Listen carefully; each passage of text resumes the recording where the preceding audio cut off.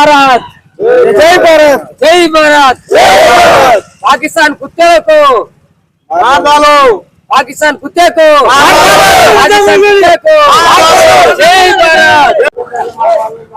నమస్తే TV news కి గత 2 రోజుల క్రితం జమ్మూ కాశ్మీర్ పహల్గామ్ లో జరిగినటువంటి ఉగ్రదాడిలో వాస్తవంగా కులాన్ని ఆశ్రయం చేసుకొని మతాన్ని ఆశ్రయం చేసుకొని ఒక పెద్ద మారణ హోమాన్ని సృష్టించినటువంటి పాకిస్తాన్ ముఖ్య విషయంలో ఈ రోజు నారాయణపేట జిల్లా గుండుమాల మండలంలోని పెద్ద మొత్తంలో ఇటు దాడిని ఖండిస్తూ ఈ రోజు యువత పెద్ద రాడి తీసుకున్నాం. ఇంకోటి ఒక దేవుడు అంటారు ఖచ్చితంగా వాళ్ళు ఎంత దౌర్జన్యం చేసినా దేవుడు అంటారు కాపాడుతారని మన హిందూ ధర్మం ఉంది. ఇది సనాతన ధర్మం. ఖచ్చితంగా దేవుడు అంటాడు ఉన్నాడు, ఖచ్చితంగా నిరసిస్తాడు. చెప్పండి చెప్పండి మీరు ఎలా ఈ దాడిని ఎలా ఖండిస్తున్నారు? మేము నిన్న జరిగిన సంఘటనకి మేము తీవ్రంగా ఖండిస్తున్నాము. ఎందుకంటే ముఖ్యంగా ఈ కాశ్మీర్ లో జరిగిన ఈ అల్లరి ఎప్పుడైతే జరుగుతుంది, ఆర్టికల్స్ తీసినందుకు వక్బోర్డు తీసినందుకు వీళ్ళు పాకిస్తాన్ ఉన్న ఈ ముస్లింస్ మన హిందువులని టార్గెట్ చేసి మరి బట్టలు ఎత్తి మళ్ళీ కరోనా చేపించి మరి వాళ్ళు దాడి చేసి చంపడం జరిగింది. ఇది చాలా ఘోరంగా మేము ఖండిస్తున్నాము. మేము ఇదే పాకిస్తాన్ ముస్లిం వాళ్ళకి మేము తీవ్రంగా హెచ్చరిక చేయమంటే మీరు ఇలాగే చూసుకుంటూ పోతే మేము హిందువులను మేకైతే మేము వేసే ఉత్సవం మీరు కొట్టుకోబోతారు. మేము గట్టిగా మేము చెప్తున్నాము. ఇది ఇంత దారుణం అంటే ఈ పాకిస్తాన్ ముస్లిం వాళ్ళు ముందే టార్గెట్ దాడేది కానీ కూర్చున్న సాయిబాబా ఓటేది కానీ హిందువులే టార్గెట్ చంపడం జరుగుతుంది. ఇక్కడ ప్రతి ఒక్కరు చెప్తున్నారు ఇస్లాం మతం అనేది ఒక మతం, శాంతియుత మతం అంటారు. ఇక్కడ శాంతియుత మతం ఉందని నేను అడుగుతున్నాను. శాంతియుత మతం ఉంటే ఇక్కడ ఎందుకు ఈ మారడం జరుగుతుంది? హిందువులను ఎందుకు చంపుతున్నారు? హిందువులు మౌన పాటిస్తున్నారు అనుకున్నా హిందువులంతా ఏకమైతే మేము వేసే హిందువులు ఈ పాకిస్తాన్ మొత్తం కొట్టబోతామని మేము చెప్పడం జరుగుతుంది. అలాగే రక్షణ మంత్రి అయిన అమిత్ షా గారికి అని మేము చెప్పడం ఏమంటే ఈ పాకిస్తాన్ పైన యుద్ధం ప్రకటించి పాకిస్తాన్ లేకుండా చేయాలని మేము అమిత్ షాకి మేము విజ్ఞప్తి చేస్తున్నాం. మేము హిందువులందరం కలిసి స్వచ్ఛందంగా ఏ రాజకీయం లేకుండా ఏ ఒక పార్టీల అనుగ్రహం లేకుండా మేము స్వచ్ఛందంగా హిందువులుగా వచ్చి ఈ రోజు అనుకునే విహెచ్పి ఆధ్వర్యంలో మా యొక్క ఈ గున్మాల్ గ్రామంలో గున్మాల్ మండలంలో ఉండేటటువంటి హిందువుల ఐక్యతతో కూడి ఈ సమన్వయం పరుచుకొని మేము ర్యాలీ చేయడం జరిగింది. ఎందుకనగా పాల్గొనలో జరిగినటువంటి మారణకాండని హిందువులే కాదు ఇక్కడ ఉన్న రాక్షసత్వం పాటించేటటువంటి ఇస్లాములు కూడా దీన్ని ఖండించాలి. ఎందుకంటే జరిగిన ఈ దాడిలో చాలా ఇంతవరకు ఇటువంటి కోణం ఎక్కడ లేదు.